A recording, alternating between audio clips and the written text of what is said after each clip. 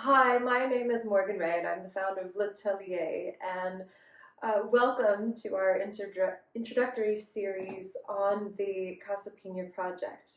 One of my personal intentions for this year is to show my work more publicly, to explain our process and what we're working on here at L'Atelier, and also with specifically the Casa Piña project, which is a subaquatic hotel in the northern Atlantic, specifically starting in the Azores. Now, it's a big project and will likely take a decade to actually realize it at its highest level. Of course, we'll have iterations of that. But we're still working on this throughout it not being seen as anything being done, but internally we're consistently working on this daily. So the intent is to share these videos every Friday and to talk about what we've been working on this week, who we've spoken with, the ups, the downs of the entire project, as a way to document not only for ourselves, but for those that are interested in perhaps doing something like this or a project in general. One of our most notable works last year was part of a winning project of the world's 50 best hotels, and that's the Cloud 22 in the Royal Atlantis in Dubai. And that project was not anticipated to take as long as it did to realize. And in some of our conversations with others about our work, we thought it might be more interesting to share and kind of keep the momentum for longer term projects like these, and to do so in a way that it's kind of lighthearted and fun, and it's not all about it finishing in the end. So here's the start of that. One, we'd like to mention that if you do want to find out and continue to learn and see our progress, you can subscribe to our channel and then also turn on the little bell. Click on the bell and it'll notify you when we post our videos. And if you're one of those people that really enjoys reading, we also have a newsletter that will not only announce this, but share a bit more, some of our stories and other information, and that'll be linked down below. So if you'd like to know more and be more part of our intimate community, you are welcome to join.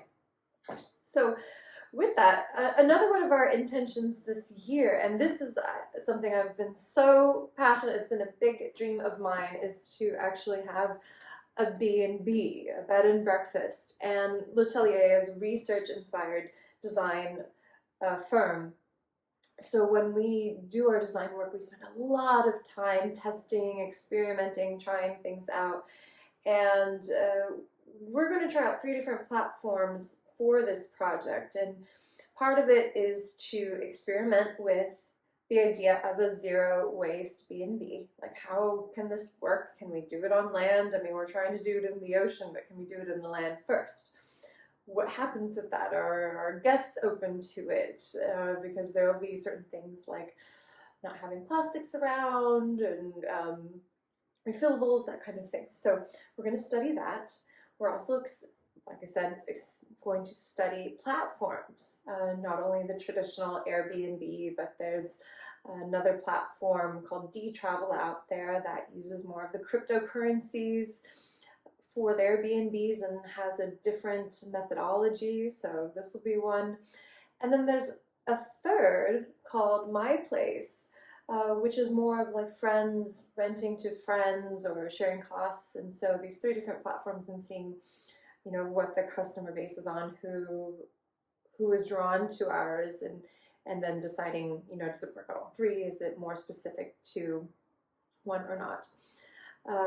Another part of it is testing out our designs. You know, when we are working on a subaquatic or any kind of aquatic project, we have to do a lot of testing before it even touches the water. So we might have these great ideas for what will work, but we'll need to try them out see if they're long lasting, see if the guests enjoy them or value them, or if they're worth the certain cost involved in them, and find out before we even install them, because once they're in the water, it's there. It's much more challenging to take something out of the water, remodel it, that kind of thing. So we have to do a lot of iterations before it even gets there. And lastly, it's also to test hosting. What's it like to be a host? How do people work with a more intimate level? Do they like to have someone showing them around? Do they like to be on their own and private? What about maps for people? Would they use them? Would they follow them? Do they need someone telling them where to eat or suggesting how they get to the airport? Do they need someone going with them? Do they prefer that? What is most valuable? How does it work in all the ups and downs? Like what breaks easier? What will need to be refilled, restocked, maintained more often, all of these things. So it'll be a really, really fun journey, and this is kind of the kickstart of sharing all of that with you. So this week, what happened with this project is, well, one, we found a few buildings. There's one specific building that we're really, really interested in, though we're looking at others just to compare and contrast what's going to be the best. We've been talking to a lot of people that are owning properties and learning from them, and the challenges of them. You know, is newer more reliable than the older? I mean, sometimes the new hasn't worked out all the kinks yet because it hasn't been tested, and so, you know, it might be new and fresh, but that doesn't mean it's ready to go. And some of the older ones really do need the updates, or because things keep breaking. So what's that happy medium? Can we find that? Can we start with that? Then part of it's moving. You know, do we do it in one swoop? How to make it pretty swiftly? How can we get this set up with the most basic levels to start with, and then have it something that we can grow with? You know, this is a business. We want to get it up and running, and, you know, have something that sustains itself as quickly as possible, but with our standards. So just thinking about that, I know in the next week I'll be diving into all the number crunching and figuring out budgets and what we need to be at to start off well. But that's where we're starting. In terms of the larger Casa Piña project, well, today specifically, we met with an incredible artist, Marion Kemp, that her specialty is with horsehair, which we hadn't even really thought about horsehair being involved in a subaquatic hotel.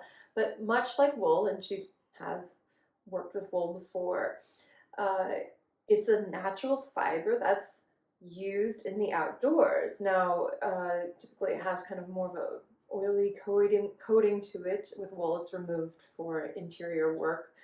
We'd have to study how that works and reacts with salt water. Not that these are intentionally made to be dipped in salt water, but that is the environment. It might get splashed with it or come into contact with it. So we're going to be looking into that, the longevity of it. It's made from slaughter waste, which sounds terrible, but it's actually something that would typically be thrown away, but it is turned into something beautiful that lasts for years after the particular animal has you know, fed a tribe and fed a group of people that have honored it and blessed it for its time on the earth. So it's very beautiful ending that continues on. And it has acoustical properties, which are also very important when dealing with the ocean, the marine environment. A lot of these creatures are very active in the evenings, and we really have to make sure what's happening in the bungalow, in the guest suite, stays inside and is not disruptive to our aquatic neighbors. So that was super interesting.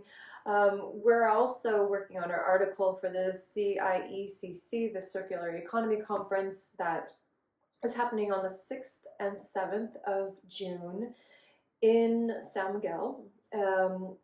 And this is, like I said, talking about circular economies, but we're going to be discussing Casa Piña and the environmental impact framework, and how to go about pushing a project like this forward with it being so new in a marine protected area, and what are the standards that we're working towards, what is our plan for going forward, and sharing that with the scientific community to have further discussions on the monitoring that is needed, as well as with the local community and sharing information with them first. So if we have anyone that's really interested and wants to join them on board, I mean, we have two of our team that are based in San Miguel as well, kind of studying how we're working with pineapple fibers in a hempcrete iteration, like replacing the hemp with pineapple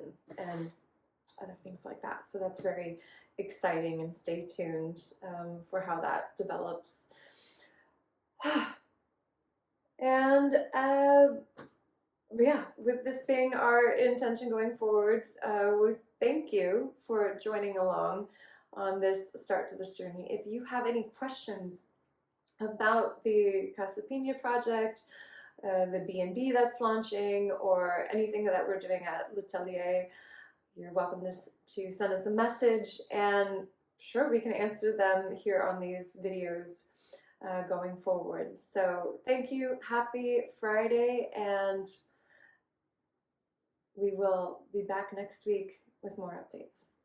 That's all for now.